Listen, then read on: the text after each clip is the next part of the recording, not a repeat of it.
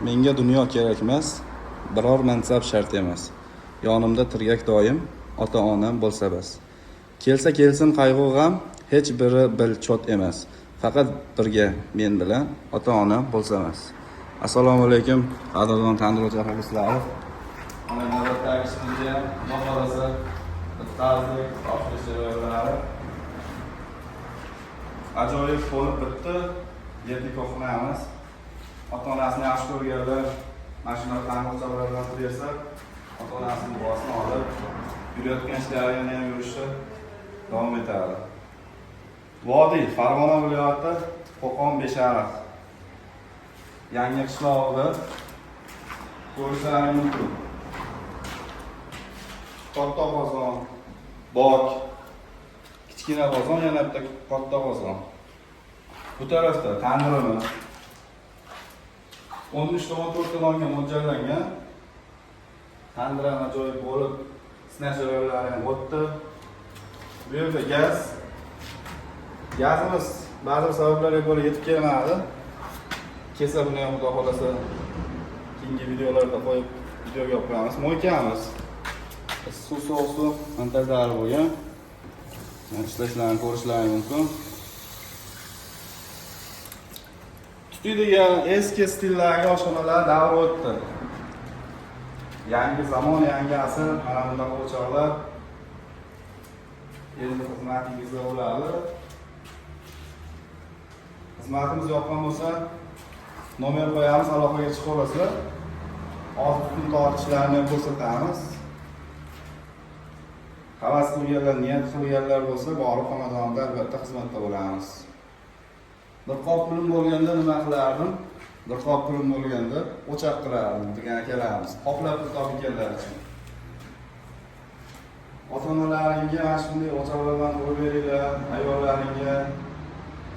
Avvalo oshxonada oilani fayzi, bunaqa chiroyli oshxonada shirin-shirin ovqatlar qilib, kun soat yashash hammaga nasib qilaversin. Ana ustani chaqiraman, tutun tortishini ko'ramiz. Xudo xolasa tutun tortishi ham yo'qolmaydi.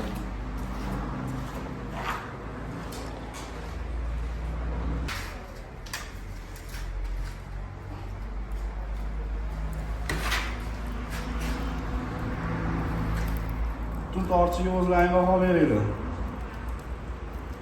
Menimcha o'ta a'lo darajada tutun tortishi. Eshik ochiq holatda ham tutamaydi, ekonomishlik. Mana yoqqanimiz hech qancha bo'lgani yo'q, suv qaynadi. Mana eshik ochiq holatda.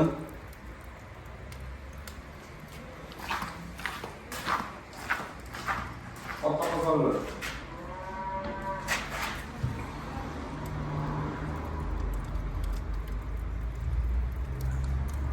Buni chiroyli qilib remont qilib qo'ysalaring, remontlari ham hech qachon buzilmaydi.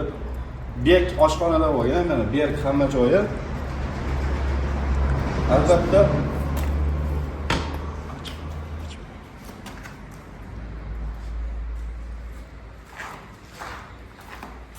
yopiq joylarda qilsalari ham bo'laveradi.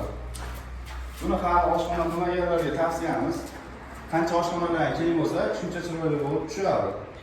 Bu yangi stilda mo'rasiz o'choqlarimiz. Shuni mo'rasini topganga bo'lisimiz bor. Tandir orqasidan emas, tandir orqasida deganlarga topganlarga albatta bonusimiz bo'ladi. Yana bir yangiligimiz bor. Davlatchida ishlaydiganlarga ustalar chaqirsami, ularga narsalar yetkazib berishga vaqtim yo'q deydiganlar uchun agar kelishsak, hamma materialni O'zbekiston bo'ylab o'zimiz olib borib, masalalarini bitirib berib, qo'lni sakkiz chiqib topshirib kelamiz. Sizda xonadoningizdan suv ishlatamiz, qolgan hamma yo'qni o'zimiz olib borib, chiroyli qilib bitkazdirib kelamiz.